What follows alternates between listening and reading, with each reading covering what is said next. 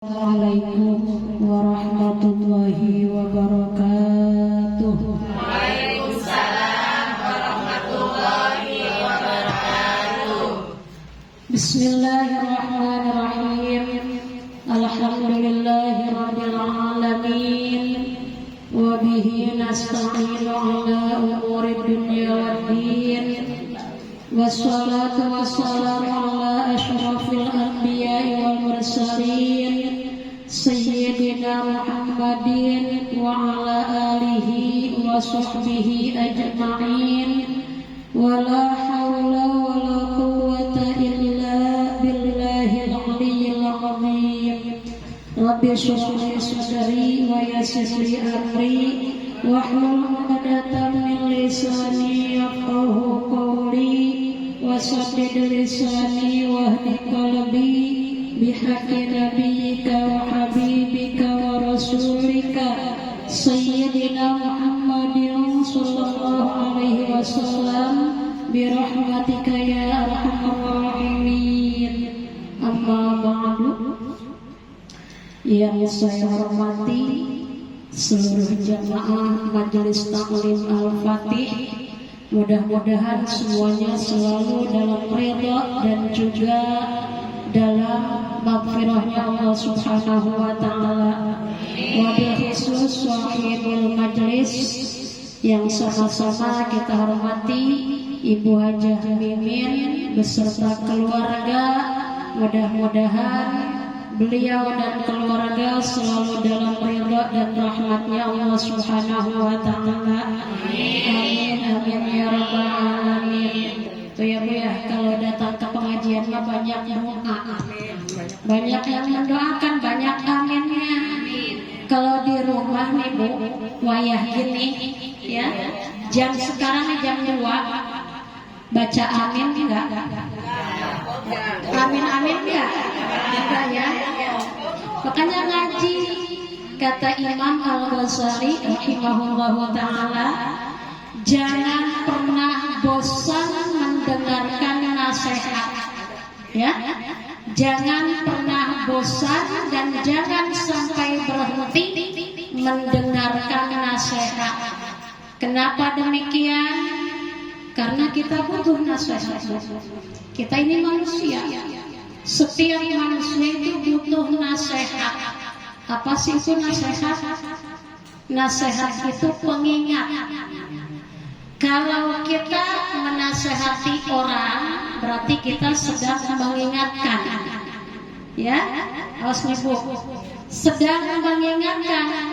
Dan ketika kita dinasehati oleh seseorang, berarti kita sedang diingatkan. Jangan marah Bu. Yang ngasih nasihat ke kita itu mengingatkan kita, karena kita manusia, banyak lupa, banyak salah. Tidak perlu kita merasa tersinggung. Nggak kayak gini nih Bu, contoh ya. Udahlah, nggak usah nasihatin saya, benerin aja hidup kamu. Kamu juga nggak sempurna, udah nggak usah sok-sok ngasih nasihat. Nggak bisa begitu Bu. Karena sebetulnya ketika kita nasihatin orang, itu artinya kita mengingatkan ya. Bukan berarti kita sudah sempurna, karena kita tidak akan pernah sempurna. Dan ketika ada orang yang menasihati kita, bukan karena dia sudah sempurna. Cuma kan ada pepatah, unzur maqam wala tanzur maqam. Kalau bicaranya itu bermanfaat, ambil. Nggak perlu melihat siapa yang bicara. Suka gini kan nih, nah sok nasihatin, hidupnya aja belum bener. Itu kan Bu? Ya, udah nggak usah nasihatin saya, benerin aja hidup Anda, karena hidup Anda juga belum bener. Terserah Bu, yang ngasih nasihat ke kita itu udah benar atau belum benar. Karena itu nasihat, sok diterima. Ya? Karena kalau diterima itu pertanda hati kita hidup. Paham Ibu semua? Jadi manfaatnya ngaji banyak Bu. Ya, bukan cuma dapat ilmu, kita dapat keberkahan dari doa, ya. Kita didoakan dan saling mendoakan itu manfaatnya ngaji.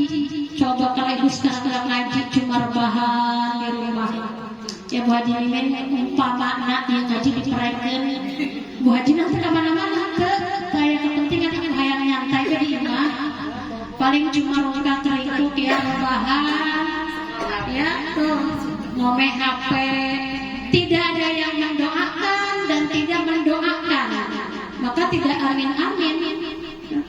Kalau sudah banyak keluar kata amin, insya Allah hidup kita barokah.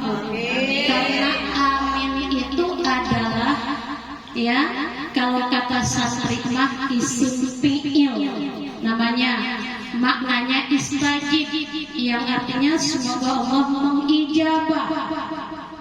Makanya kalau ada orang bicara baik ke kita, aminkan.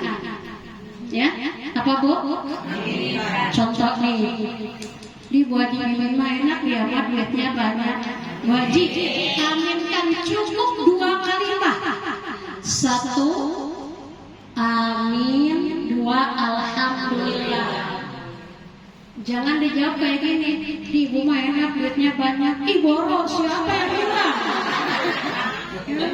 Ibu aja nggak tahu ya. Saya mah cuma dikira orang doang duitnya banyak, padahal mah Bu sebenarnya kan nggak ada yang tahu. Itu salah ya. Itu satu kesalahan. Coba Bu diaminkan saja. Ya? Amin, alhamdulillah. Siapa tahu amin kita juga diaminkan oleh malaikat. Kalau malaikat ikut mengaminkan, udah pasti doanya terijabah. Kenapa demikian? Karena malaikat tidak punya dosa. Ya? Kalau kita kan banyak dosanya. Amin kita belum tentu terijabah, tetapi aminnya para malaikat sudah pasti diijabah. Kapan malaikat mengaminkan? Saat ada orang yang ngomong baik-baik tentang kita, kemudian kita mengaminkan, tuh malaikat juga ikut mengaminkan. Ya, kayak gini nih Bu nih. Ibu ditanya, cuma kemarin kita kan nggak ini ya, nggak ngaji. Berarti kita udah 2 minggu baru ketemu.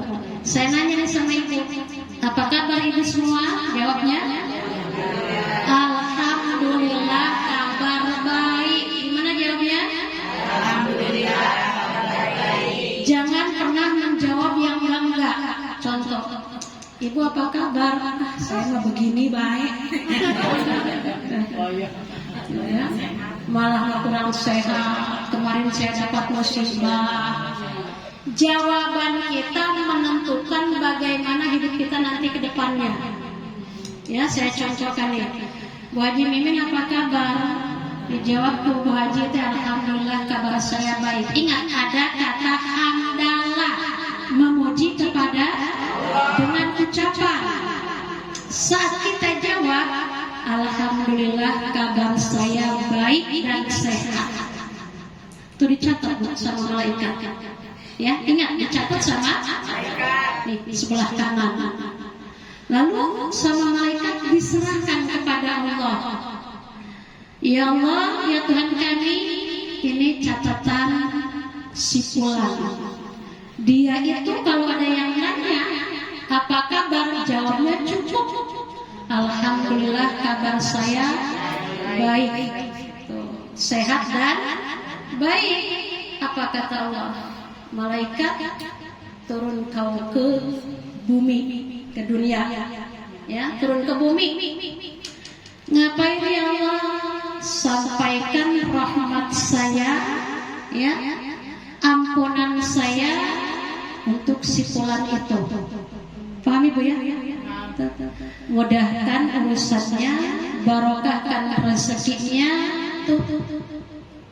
Hanya dengan 2 kata, alhamdulillah saya baik. Berapa kata tuh? Alhamdulillah saya sehat dan baik, kurang lebih 4 kata. Singkat banget. Ternyata itu dicatat sama malaikat. Kemudian nanti kan ada penyetoran amalan. Ya. Setelah hadapkan kepada Allah, Allah ridha, lalu Allah minta supaya malaikat turun ke bumi, datang kepada orang tersebut, kata Allah, sampaikan rahmatku, kasih sayangku kepadanya, dosanya aku ampuni, urusannya akan aku permudah, rizkinya pun akan aku barokahkan, karena dia pandai bersyukur. Tapi kalau sebaliknya nih Bu, Ibu apa kabar? Oh, jawabannya, kabar saya buruk. Kok buruk? Iyalah, rumah tangga lagi kacau balau, usaha lagi nggak jelas. Itu ya, berarti Ibu mengeluh ya. Itu pun dicatat. Awas, dicatat semuanya dicatat.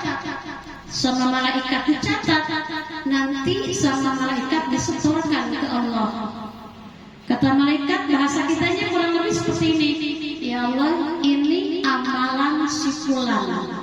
Nih catatannya. Dia itu kalau ada yang nanya, apa kabar? Ditanya sama saudaranya, jawabannya melantur kemana-mana. Ya, tidak pernah memujimu dan tidak bisa menyembunyikan musibah. Apa kata Allah? Ya udah malaikat biarin aja. Ya? Turun kau ke bumi, datangi dia.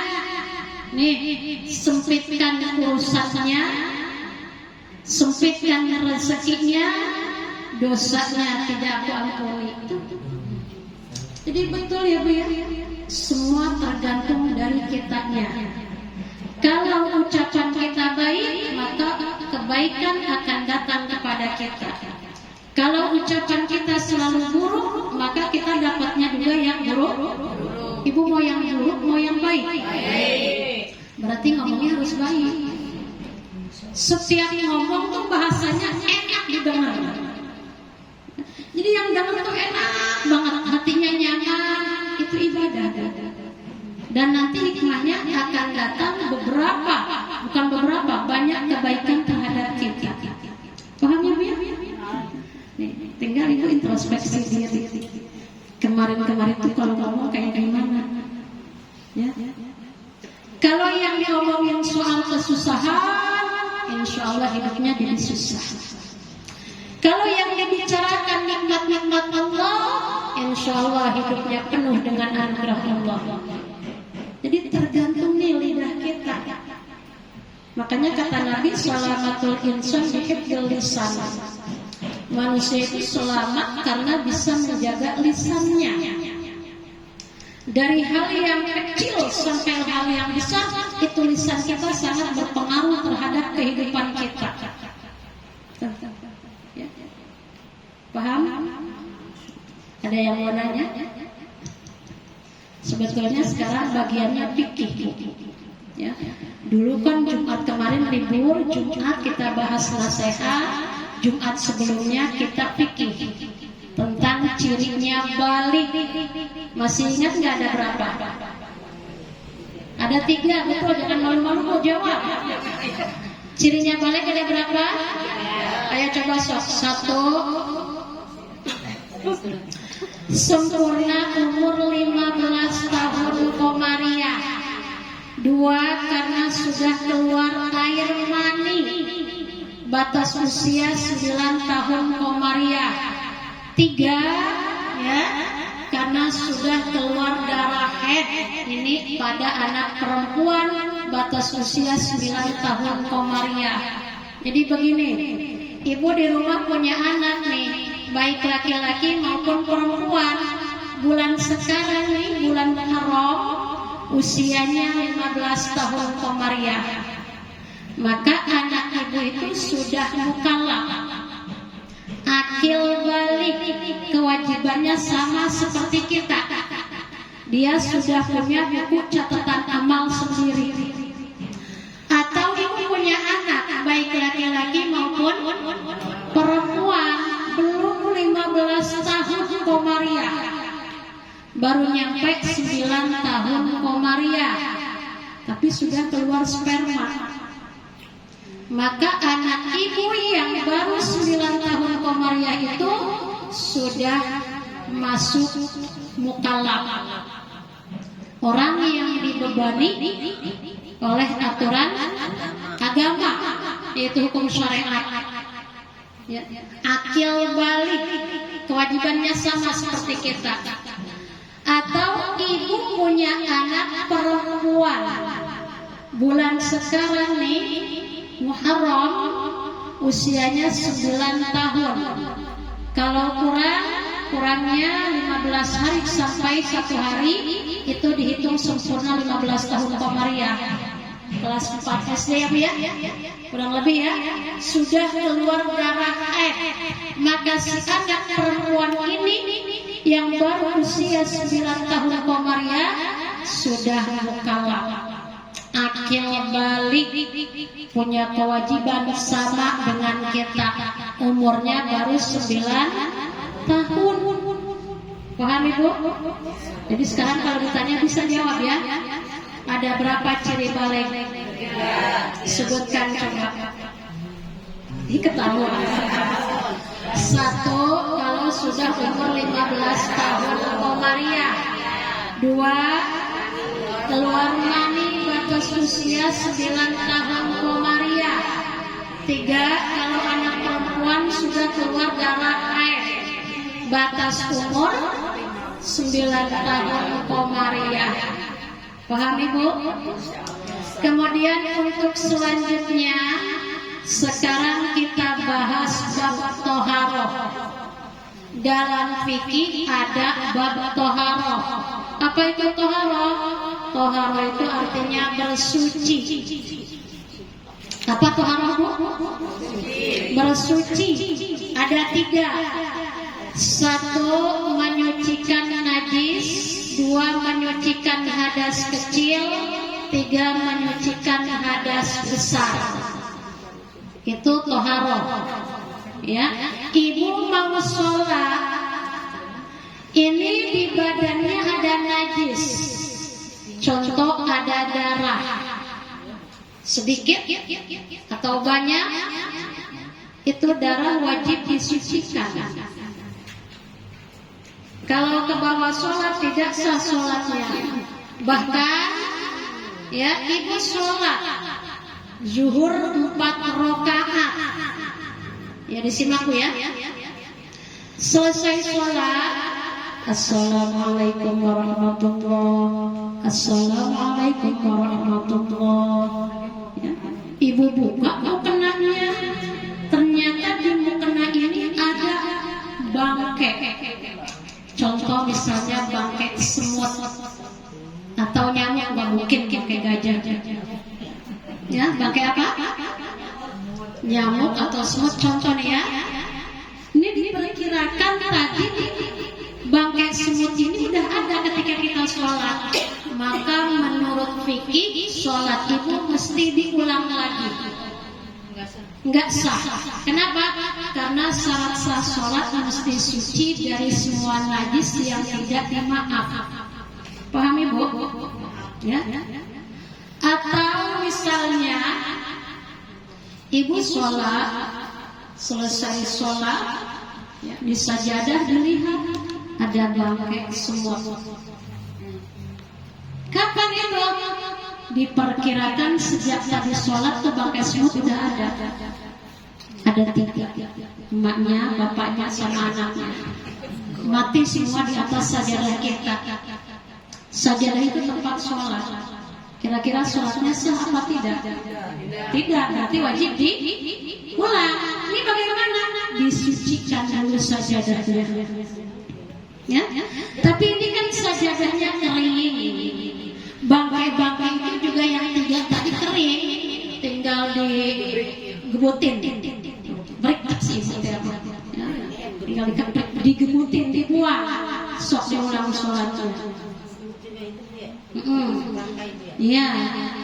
Tapi kalau bangkainya itu basah, ya, atau darah lah, kan susah, nggak bisa disebutin. Itu mesti disucikan.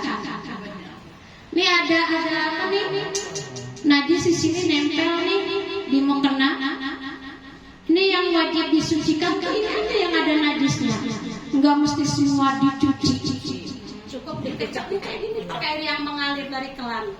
Ya. Sampai hilang tuh warna darah, baunya kan suka bau amis, sama rasanya kan sudah agak kasar-kasar gitu ya. Itu caranya. Paham? Jadi toharo itu ada 3. 1, mensucikan perkara yang terkena najis. 2, menghilangkan hadas kecil. 3, menghilangkan hadas besar. Paham itu segitu? Pertama tadi mensucikan najis. Bagaimana cara menyucikan najis? Tergantung najisnya. Kalau najisnya najis ainiyah, ya, yaitu najis yang ada warna, ada bau, ada rasa, itu namanya najis ainiyah. Cara menyucikannya, 1, menggunakan air yang menyucikan. 2, yang 3 itu mesti hilang bau, rasa, dan juga warna. Contoh nih, kita perempuan suka kayak dia, kadang-kadang tembus ya Bu ya, sampai ke spray ya. Sama lah, nggak usah jijik-jijik. Ini bagaimana ini baju saya terkena darah haid, ada darahnya merah kelihatan. Pas dicium, bau amis. Iya bau darah, nggak mungkin lah, bau gorengan. Kemudian dipegang ini kok kayak keras, kasar. Tuh, ini namanya najis ainiyah. Mau disucikan bagaimana caranya? 1, airnya harus suci menyucikan. Ini contoh termasuk air suci menyucikan. Karena ini air mutlak. Gak ada nama, Aqua itu bukan nama, tapi merek perusahaan. Ya, dikucurin Bu, dikecap, ya, nggak bisa hilang kalau nggak pakai sabun. Pakai sabun bisa hilang, berarti wajib pakai sabun. Sampai hilang tuh warna, rasa, juga bau, baru suci. Paham Ibu segitu? Saya ulang ya. Kalau misalkan baju ibu itu kena air kencing, kucing ya, kita duduk tuh kucing seperti ngepek ke belakang, tiba-tiba kencing. Bilang dulu nggak? Najis air kencing kucing. Najis. Ada baunya? Ada ya. Gimana baunya? Ya bau kencing kucing. Ya. Anggruk. Ada warnanya? Ada kuning. Sok ini dipegang dia rasa basah. Tadi nggak basah, ada kucing lewat. Tiba-tiba baju kita di belakang basah, pas dicium bau. Dipegang basah, ya. Ada warnanya kuning. Ini mutan najis, ya. Baju kita ini mutan najis. Perkara yang terkena najis. Cara menyucikannya karena ini najis ainiyah, mesti hilang tuh ketiganya itu, warna, bau, sama rasa. Rasa itu bukan dijilat Bu, pakai tangan. Menggunakan air suci menyucikan. Paham ya Bu ya? So, Bu, tapi ini ya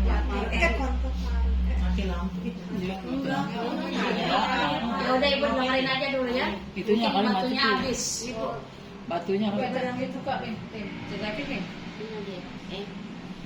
Ya itu najis ainiyah. Saya ulang. Ya, cara menyucikan najis tergantung najisnya. Kalau najis ainiyah, yaitu najis yang ada warna, ada rasa, ada bau, mesti hilang ketiga-tiganya. Menggunakan air yang suci menyucikan. Kalau kemudian ini baju sudah dicuci, ya selesai, pas mau dijemur masih ada nih warna darah. Darah itu kan ini Bu, nempel banget, kasih kelihatan. Belum suci, sok cuci lagi. Tetapi nggak bisa, udah saya rendam, udah saya giles, udah saya sikat, tetap ini bekas darah masih membekas. Ini gimana? Kata Imam Syafi'i, ya, ulama mazhab Imam Syafi'i, udah dihitung suci lita'atturihi, karena terlalu sulit untuk dihilangkan. Paham Ibu? Ini kan kita kadang-kadang nih baju kena darah, kita lagi iris bawah, ternyata tangan yang sampai darahnya mengalir kena baju kan digini-giniin. Tuh baju tuh gak buru-buru dicuci, akhirnya kering kan najisnya, darahnya itu pas dicuci susah banget. Gimana ini? Ya, masa dibuang? Jangan dibuang. Kata ulama Imam Syafi'i, madhab Imam Syafi'i, kalau terlalu sulit untuk disucikan itu dihitung suci. Ya, lita'atturihi, dianggap suci itu karena sangat sulit untuk dihilangkan. Paham Ibu? Ya. Nih kata Ibu nih, saya yang bingung itu kalau nyuci ngebilas. Ya, ini gimana nih caranya? Ini baju yang mau dicuci ini, kalau diyakinkan ada najis, cuma najisnya udah gak kelihatan, namanya najis hukmiyah. Namanya najis saya tak yakin tadi saya pipis kencing, ya, kena baju nyeret. Tetapi karena lama, ya, nggak langsung dibersihkan, disucikan, akhirnya hilang tuh. Kering, ini kering ya, pas dicium nggak bau, nggak bau apa? Yang nggak bau air kencing, bau apa tuh Bu? Ya, dilihat udah nggak ada warna, tapi ya yang tadi ini sudah kena najis, air kencing. Tapi sekarang nggak ada warna, nggak ada rasa, dan tidak ada bau. Ini namanya najis hukmiyah. Cara menyucikannya cukup disiram dengan air sampai merata, tidak perlu pakai sabun. Itu najis hukmiyah. Ini kan cucian udah numpuk nih. Ini ada najis hukmiyahnya. Ibu bagusnya harusnya disucikan dulu tuh, sebelum pakai sabun. Ya, disucikan, disiram pakai air sampai merata. Setelah semua tersiram air dengan rata, itu sudah suci. Sok Ibu rendam, ya, pakai deterjen, diputar, dikeluarkan air, diganti. Pas begitu mau dijemur, diperat ya, itu masih keluar air sabun tuh, udah suci. Kenapa? Ya karena kan sebelum tadi di proses suci sudah disucikan. Itu caranya begitu. Paham gak Ibu? Seperti halnya mandi hadas besar, ya, seperti halnya juga wudhu menghilangkan hadas kecil. Nih Ibu nih pakai bedak, suka pakai bedak enggak? Ya makanya cantik ya. Suka pakai gincu? Suka pakai ini yang di sini? Enggak. Ya. Ada yang pakai. Ya udah, kalau mau pakai, kalau enggak ya enggak. Ya. Nih ketika kita wudhu kan membasuh wajah. Nih begini Bu, disiramkan pas air jatuh, ini warna air tuh apa sih? Ya, pokoknya kelabu keruh. Ini pasti dari bedak nih. Iya, itu nggak sah wudhunya. Iya, karena kan syarat bersuci itu diantaranya tidak boleh ada yang merubahkan air. Jadi harus gimana? Sebelum wudhu, sebelum dibasuh wajahnya dibersihkan dulu. Ya, ini nggak bisa, ini nggak dapat nih. Kalau nggak pakai sabun nggak dapat nih, gincunya masih ada. Ya, bedaknya juga, berarti wajib pakai sabunnya Bu. Ya, karena kan gini, ketika kita wudhu basuh wajah, air wudhu itu tidak nyampe ke kulit karena terhalang bedak, gincu dan lain sebagainya. Apa toharohnya itu nggak sah, wudhunya itu nggak sah. Ya, berarti sebelum berwudhu itu semua dihilangkan dulu. Bisa hilangnya cuma pakai sabun. Kalau nggak pakai sabun itu nggak bisa hilang, berarti wajib pakai sabun. Paham Ibu ya? Sama ketika kita membasuh tangan, kan fardhu wudu itu diantaranya membasuh wajah, kedua tangannya. Nih, ya Bu. Nih kita wudu, membasuh tangan begini tuh. Sampai sikut dilebihkan. Ternyata air yang jatuh ini kok berwarna. Ibu habis pakai ini, Ibu tahu nggak boborek? Boborek dan body lotion. Atau pakai ini kan suka kayak wajah pakai masker gitu ya dari Alpukat gitu ya. Ih pas air yang turun ini kok keruh, ya? Itu nggak sah, wudunya nggak sah. Biasa gimana? Sebelum berwudu itu dibersihkan kan semua, hingga tidak ada perkara yang bisa mengubahkan air. Paham ya? Nih, Ibu nih kayak gini-gini kalau nggak ngaji, tahu nggak? Nggak tahu ya? Bersihin dulu berarti. Bu, kalau misalnya kita dalam keadaan perjalanan, kalau ada sabun gimana? Ya makanya bawa sabun. Ya kan kadang kita suka lihat begini. Ngaji ya, Sebentar satu-satu dia baru. kalau lihat kita di sebelah kita di mana gitu tuh ada yang dia habis ngambil air wudhu, tapi posisi make upnya masih utuh gitu. Itu orang lain biarin aja. Itu orang lain. Ajak ngaji aja. Kalau dibenarkan juga. Ibu Ya. baru make up bisa. Boleh. Tapi nanti kalau batal wudunya, mau wudu lagi itu harus tetap dibuang lagi. Sah. Kalau nggak batal. Nggak batal, ya. Tapi kalau misalkan kita nih wudu, selesai wudu kita make up tuh. Mau tebel mau apa? Sholat biasa sholatnya. Tetapi jika wudu tersebut batal, kita mesti wudu lagi. Itu make up mesti dibuang lagi semuanya. Ibu, jadi gini ya Bu ya, pengen cantik itu ribet ya Bu ya. Ini dengerin Ibu nih, udah ribetnya luar biasa, pas wudu juga wudunya biasa. Ya 1 jam mungkin kita bermake up tuh, ya 2 jam sampai halus-halus untuk tempel-tempelin, atau pakai itu apa namanya, maskara ya. Maaf kalau saya salah sebut, saya tuh drama.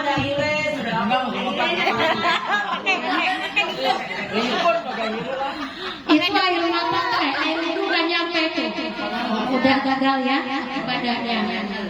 Ya capeknya kita biayanya. Ya kan ada yang Dan ternyata setelah kita mempercantik diri, menghabiskan uang, menghabiskan waktu, apa yang kita dapatkan? Paling gini, si Fulan cakep ya, paling gitu doang kan? Pas giliran kita sakit perut, ya ngapa-ngapain? Cantiknya kita juga nggak nolong. Ya, makanya setiap mau melakukan apapun tolong dipikirkan madarat dan maslahatnya. Makanya Ibu ini jangan suka memaksakan diri. Kalau mau kondangan bajunya pengen yang bagus, tas pengen yang jubah pengen serba mewah, udah nggak usah Ibu yang punyanya apa pakai aja adanya. Ya, karena gini Bu, pertama kita memaksakan diri beli baju yang bagus. Ya, tas yang pokoknya semua mahal. Kita kondangan, tik-tik jalan. Orang memang lihat kita gimana ya? Dengan pandangan, cakep, ya, panglima. Tapi coba itu doang yang kita dapat. Selanjutnya, hidup kita, milik kita, apapun yang terjadi pada kita, kita yang merasakan dan kita yang menyelesaikan. Ya, coba manfaatnya apa? Boleh ya, boleh silakan. Ya, paham Ibu?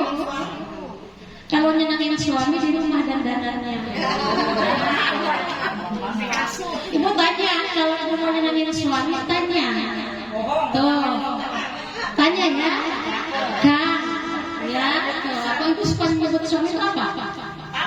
Abang, ya. Perkara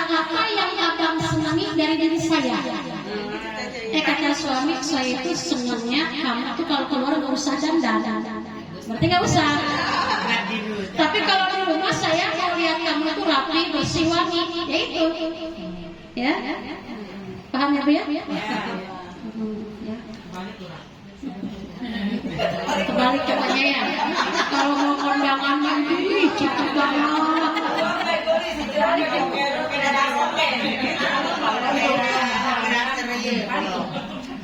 Paham Ibu segitu ya? Dan yang terpenting yang harus kita perhatikan, make up yang ada di wajah kita ini ketika wudhu menghalangi air nggak ke kulit. Iya, kalau menghalangi dibuang dulu sebelum wudhu. Biasanya nggak hilang kecuali pakai sabun, maka pakai sabunnya itu jadi wajib. Kata ibu, gimana kalau saya lagi di mana-mana nih, lagi jalan-jalan, makanya bawa sabunnya. Tapi pakai bedaknya nggak lupa ya.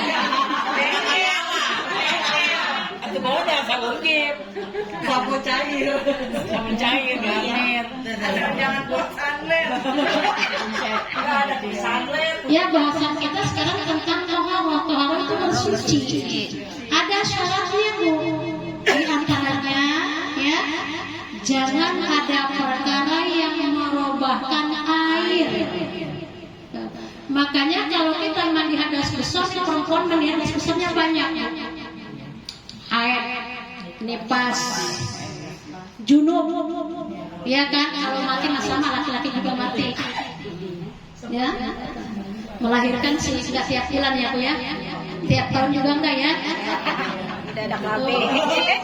Hubungan suami istri itu yang muda-muda tuh bisa seminggu 4 kali kan? 3 kali. Itu udah terserah itu ya. Intinya kita lebih sering mandi ketimbang suami kita. Sekarang tadi pagi mandi hadas junub. Besok ya seminggu kemudian kita mandi hadas besar dari air. Itu kan mandi terus ya. Maka kita harus tahu cara mensucikan diri dari hadas besar itu kayak gimana. Ya. Di dalam kitab Safinatun Najah disebutkan ya, fardunya mandi itu ada 2. Kalau di kitab Fathul Qorib itu ada 3. Ya. 1 niat di dalam hati. Nawaitul ghusla li rafil hadasil akbari an jami'il badani fardhan lillahi. Itu niat di dalam. Saya mau bahasa Indonesianya boleh. Niat saya mandi menghilangkan hadas besar seluruh badan fardu karena Allah Ta'ala. Saya pakai bahasa Sunda, saya orang Sunda. Iya boleh, silakan. Niat kaula mandi ngalingitkeun hadas gede sakabeh badan fardu karena Allah. Itu kan Bu? Itu tempatnya di dalam hati ya. Kapan? Waktunya itu berbareng dengan siraman pertama dari badan kita. Mana yang disiram yang pertama? Sunnahnya sebelah kanan. Tapi kebanyakan di atas ya. Nggak apa-apa, sunnah sebelah kanan. Tapi kalau dimulai di sini di atas juga nggak apa-apa, sah mandinya. Yang penting disertakan niat di dalam. Itu yang pertama. Yang kedua, meratakan seluruh badan dengan air. Ya, meratakan seluruh badan dengan badan yang mana? Badan yang terlihat Bu. Walau hanya dalam posisi tertentu. Ini mohon maaf kalau nggak dipikir bukan jorok ya Bu ya. Ini kita perempuan, posisi kita duduk, posisi kita berdiri, posisi kita jongkok, beda nggak? Beda ya? Beda. Ketika berdiri nggak kelihatan jelas. Jongkok.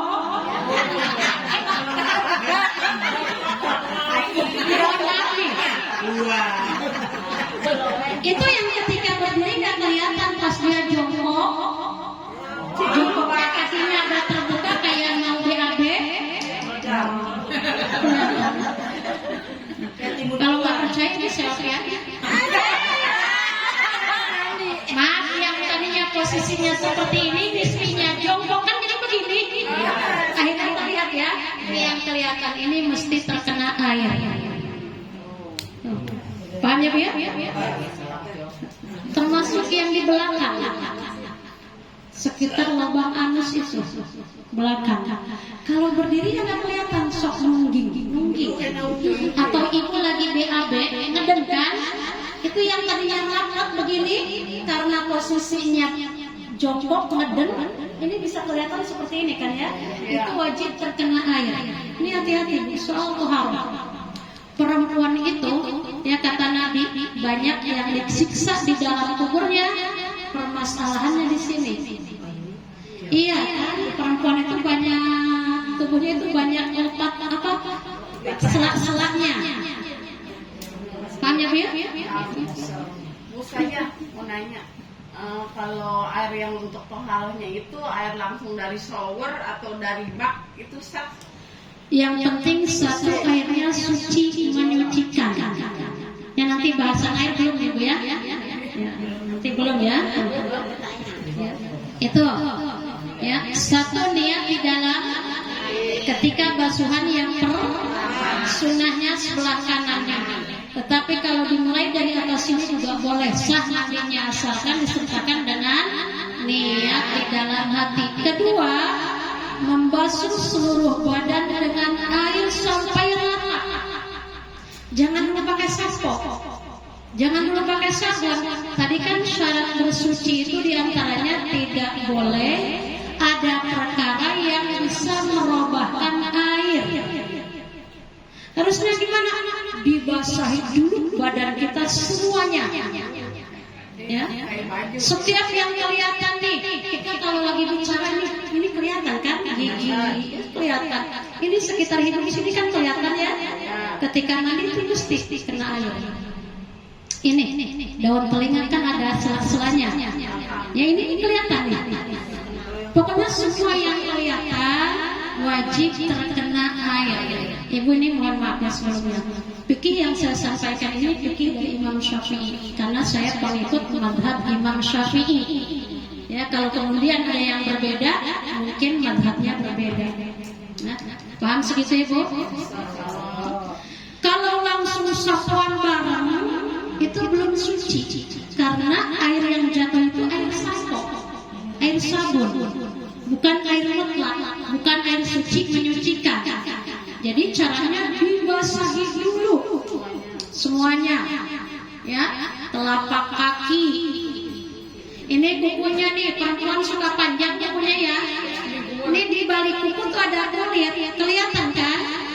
Ketika mandi hadas besar itu wajib terkena air. Ketika wudhu membasuh tangan ini wajib terkena air. Ya kan? Makanya perempuan kan ribet urusannya. Yang pakai bedak siapa? Yang pakai gincu, yang pakai alis palsu, yang pakai bulu mata palsu, perempuan. Ya, pakai apa lagi? Ini apa namanya ini? Masang bulu mata mana itu? Ini karena ibu nanya ya, pasang bulu mata palsu. Saya menanya dulu, kenapa harus pakai bulu mata palsu? Kan ada kasih pengen ada cakap. boneka Barbie. Tapi ibu ya, orang Cikokol tuh harus apa? Bulu matanya nggak ada yang bentik. Jadi udah kita sama aja yang lainnya. Kecuali mah, ini secikokol semua bulu mata pada bentik cuma saya aja yang nggak usah pakai bulu mata palsu. Orang kita sama kok, nggak ada yang bentik, nggak ada yang lentik. Orang Indonesia tuh kayak gini. Ya, tapi kalau mau pakai boleh nggak? Kalau tanya boleh atau enggak, secara hukum ya nggak boleh. Ya, nggak ada untungnya juga Bu. Ya. Mungkin kalau yang dicopot kali ya Bu, yang ditempel itu kan bisa dicopot itu. Sama juga. Ya, udah Bu, sedikasihnya Allah kita ridho. Kadang-kadang kalau lagi pesta gitu tuh suka pakai HP itu sekali-sekali. Bagus itu. Ini dosanya sekali-kali. itu mah yang ditanam atau yang berapa bulan ya boleh sama Yang permanen. ada jarak sebulan dibuat 2 bulan. Udah Bu, ikhlas. ikhlas aja sedikasihnya Allah. Ya. Mata dalamnya, mata dalam apa? Lensa. Ya. Ya itu buat kenapa pakai itu? Karena saya biar jelas. Ini bukan software.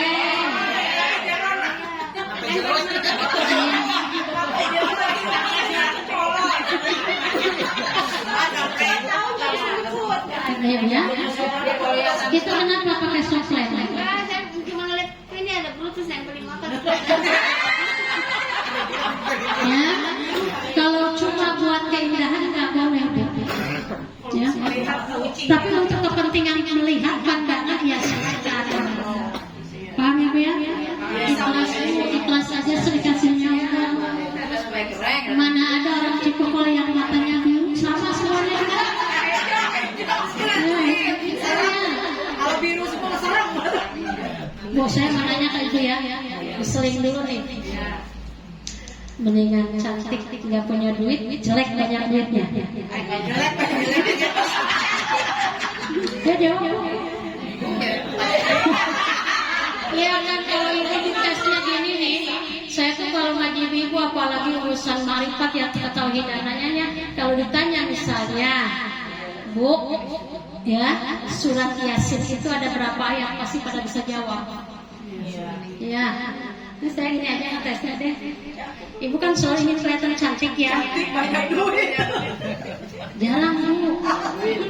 Keberuntungan itu jarang datang 2 kali.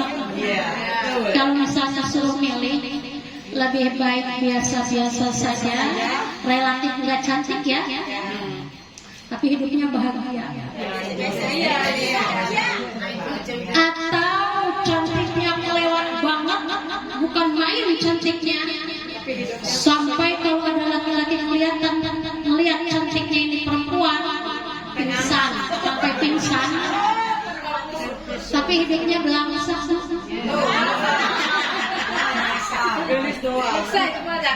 Nah, kalau ibu jawabannya milih bahagia, ya udah deh, nggak usah mengada-ada. Nikmatin aja, syukurin aja. Terus saya mah nggak pakai alis, Bu. Siapa yang nanya? Alis disulam. Sudah, yang penting suami ibu udah nerima padanya ya. Mudah-mudahan paham ya. Ya, kembali lagi tadi toharoh ada 3 ya. 1 menghilangkan najis, 2 menghilangkan hadas kecil, 3 menghilangkan hadas besar ya. Tadi waktunya mandi ada berapa, Bu? 2. Baru 2, Bu. 1 niat di dalam, 2 membasahi seluruh badan. Ya, kalau membasahi pasti dengan air. Ya. Tambah kata Imam Nawawi di dalam kitab Fathul Qorib ada tambahnya. Yang ketiga, ya, sebelum mandi kita mesti menghilangkan segala perkara yang bisa menghalangi air ke kulit. Ibu nih mau mandi hadas besar, periksa dulu, pakai kutek, buang kuteknya. Kukunya panjang, di balik kukunya banyak kotoran, buang dulu. Ya, apa saja. Ya, ada cat nempel. Mau mandi hadas besar nggak bakal nyampe ke kulit, buang semuanya. Itu wajib, hukumnya wajib. Ya, maksudnya menghilangkan setiap perkara yang bisa ya menghalangi air ke kulit, itu hukumnya wajib. Koyok buang, bekas koyoknya itu kan ada apa ya, kayak getah, kayak karet. Itu kan apa ini nyampe. Tidak memadaratkan juga ya Bu, ya dihilangkan, mungkin pakai minyak. Bu, kalau pakai pacar kuku dari Mekah Boleh, karena itu bukan zat asal ya. Ya, kita pakai apa namanya, pacar kuku, henna, itu kan asal, bukan zat. Hukumnya boleh, yang nggak boleh itu kutek, itu kan zat. Sebetulnya pakai kutek itu boleh. Tetapi karena kita ini nitna, kita sholat sehari semalam 5 kali, wudunya juga pasti 5 kali, nih kalau ada kutek ini air nggak nyampe ke sini. Makanya jadi pakai kutek itu nggak boleh. Ya, paham ibu semua? Ada yang mau nanya silakan. Ada yang ini Bu ya, mandi hadas besar tuh sebelum itu kan ada yang wudu dulu gitu. Yaitu sunnahnya. Ya, sunnah sebelum mandi hadas besar kita berwudu. Kayak gimana? Seperti kita wudu mau sholat. Ya, niatnya juga sama. Itu sunnah. Kalau nggak wudu juga nggak apa-apa, tapi lebih baik itu menambah-nambah pahala. Itu kita niatnya mau wudu Pak. Niat wudu nawaitu raf'al hadasil asghari, nawaitu wudu'a li raf'al hadasil asghari fardhalillahi ta'ala. Itu hadas kecilnya hilang, tinggal hadas besar. Ya, jadi itu sunnahnya, bukan cuma itu Bu, masih banyak. Nanti insyaallah lain kali ya. Siapa lagi tadi yang nanya? Kalau saya kan mau sholat terus ada kucing di depan ini kita Kucingnya hidup. itu sholat Ya nggak apa-apa. Ya udah nggak apa-apa. bukan bangke Asal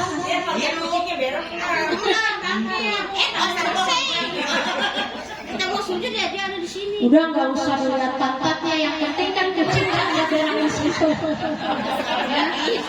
Kalau sekarang kan banyak tuh yang salon-salon ngadain kutek halal, itu gimana itu Bu? Kan saya bilang tadi pakai kutek itu asal jenis kuteknya itu halal, tidak terbuat dari yang diharamkan. Ya silakan, masalahnya kalau kita pakai kutek itu menghalangi air. Itu aja. Dari makan Ini yang nggak nyampe aja pokoknya. Ya. Ini saya mau nanya lagi ke ibu ya. Ibu tuh pakai kutek ada nggak manfaatnya? tapi kalau dari makan jangan suka dikasih ya. Itu tadi saya bilang kalau henna itu asar. Asar ya. Asar itu jadi apa ya? Bukan. Jadi itu kan bekas ya. Kalau kutek itu kan zat ada kan, dia bisa dijadikan kan? Iya. Bisa dicopot kutek halal. Ya saya ulang tuh nih. Tadi mandi ya, fardu mandi 3, kedua niat di dalam hati, ya. Kemudian yang kedua meratakan seluruh badan dengan air. Jangan dulu pakai sampo, jangan dulu pakai sabun, karena kalau ya di awal langsung dengan pakai sabun atau sampo itu nanti airnya berubah. Sedangkan syarat bersuci di dalam kitab Kasyifatus saja, jangan ada apapun yang bisa merubahkan air. Paham Ibu? Bahkan di dalam kitab Fathul Qorib ada 3. Yang ketiganya membuang semua perkara yang bakal menghalangi air ke kulit. Jadi sebelum mandi itu diperiksa. Ini gimana nih? Saya nyipas 40 hari, selama 40 hari nggak keramas-keramas. Padahal nggak boleh ya? Boleh ya? Ini kalau disiram air ini nggak nyampe, ini udah keliwis. Tahu Ibu poinnya? Iya, bukan segala menyatu tuh ke tope dengan segala macam. Ini disiram air, kayak air daun talas tuh, nggak nempel, nggak nyampe. Ini mesti dicuci dulu pakai sabun. Pakai apa? Sampo. Dibilas sampai airnya itu bening, nggak ada perubahan dalam air, baru kita mulai mandi. Niat bareng dengan basuhan yang pertama. Siraman yang pertama, ingat sunnahnya sebelah kanan. Paham itu semua? Kenapa? Udah jaga-jaga.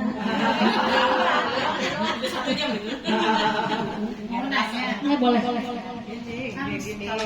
kami suka ada pemuda dia kalau bisa suka ada kencing gitu kan. Itu harus pakai sopek apa gimana? Itu cuma hadas kecil ya. Kalau terus keluar itu namanya dain hadas. Sok sholat aja. Pakai itu pakai pembalut. Jadi jatuhnya itu ke pembalut ya, bukan ke celananya. Ini sekecil gitu ya. Iya. Kemarin tuh emang saya ngalamin ya batuk, tapi batuk bakong begitu. Terus keluar gitu terus. Iya, sampai pakai. Kalau nunggu sampai sembuh, kemungkinan kita nggak sholat ya. Itu namanya daim hadas. Iya kemarin tuh, gimana ini? Kayak seperti istihadah. Kan ada perempuan yang ini kayak keputihan gitu terus keluar ya. Ya biasanya itu bisa jadi menjelang haid atau setelah selesai haid. Atau karena ada penyakit terus keputihan itu nggak pernah berhenti. Ini gimana? Ya udah, ibu bersuci silakan. Ya ibu cebok biasa, kemudian ibu wudu, tetapi itu pakai pembalut. Jadi kalau ketika kita sholat dia jatuh keluar nggak kena pakaian kita, tapi kena pembalut.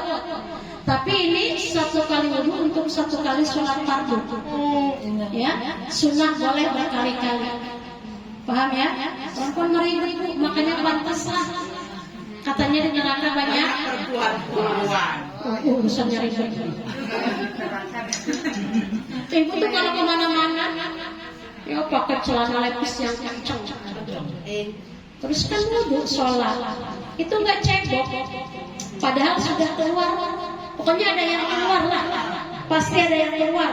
Selagi kita masih normal, masih haid ya. Kecuali kalau nenek-nenek umur 90 tahun tuh nggak ada yang keluar. Ya, betul. Kita yang masih usia produktif itu pasti ada yang keluar. Entah itu keputihan atau apa. Itu setiap yang keluar dari farji perempuan atau laki-laki hukumnya najis kecuali air mani. Paham ya? Keputihan itu hukumnya najis dan membatalkan wudu. Air mani itu suci, tapi wajib mandi. Ya. Paham ya Bu ya? Kita puasa kesiangan belum mandi. Gak apa-apa mandi aja udah. Mandi puasa kesiangan belum mandi, sah puasanya ibu bangun langsung mandi, sah mandinya sah puasanya. Paham ya Bu ya? Beneran nih paham semua ya? Soalnya gini Bu, nih nanti saya hari kiamat ditanya nih, ya kamu ngajar-ngajar di mana? Di Majelis Taklim Al-Fatih, pimpinan Ibu Haji Mimin. Apa yang kamu bahas? Nanti saya ditanya. Ini ada ibu nih yang ibadahnya salah. Kenapa? Bersucinya tidak benar. Ngaji enggak? Ngaji ada gurunya ada. Tapi kan gak diajarin yang kayak gitu. Nanti saya yang bertanggung jawab. Ya makanya diputarkan Jumat sekarang kita fikih, Jumat besok kalau ada umur kembali ke nasihat. Paham ya? Kalau saya nggak nyampaikan fikih, nanti saya hari kiamat ditanya sama Allah. Kamu ngajar-ngaji ya di mana di Arab? Apa yang kamu bahas? Kenapa ada di antara jamaah yang nggak ngerti tentang toharoh? Saya jawab, saya udah nyampaikan, udah saya ulang-ulang. Yang ngajinya aja kali, bukan masalah pegel, bukan. Nggak ngerti, nggak mau nanya. Ya, paham segitu ya? Ala hadhihi al-Fatihah. A'udzubillahi minasyaitonir rajim. Bismillahirrahmanirrahim. Alhamdulillahirabbil alamin. Arrahmanir rahim. Maliki yaumiddin. Iyyaka na'budu wa iyyaka nasta'in. Ihdinas siratal mustaqim. Siratal ladzina an'amta 'alaihim ghairil maghdubi 'alaihim waladdallin.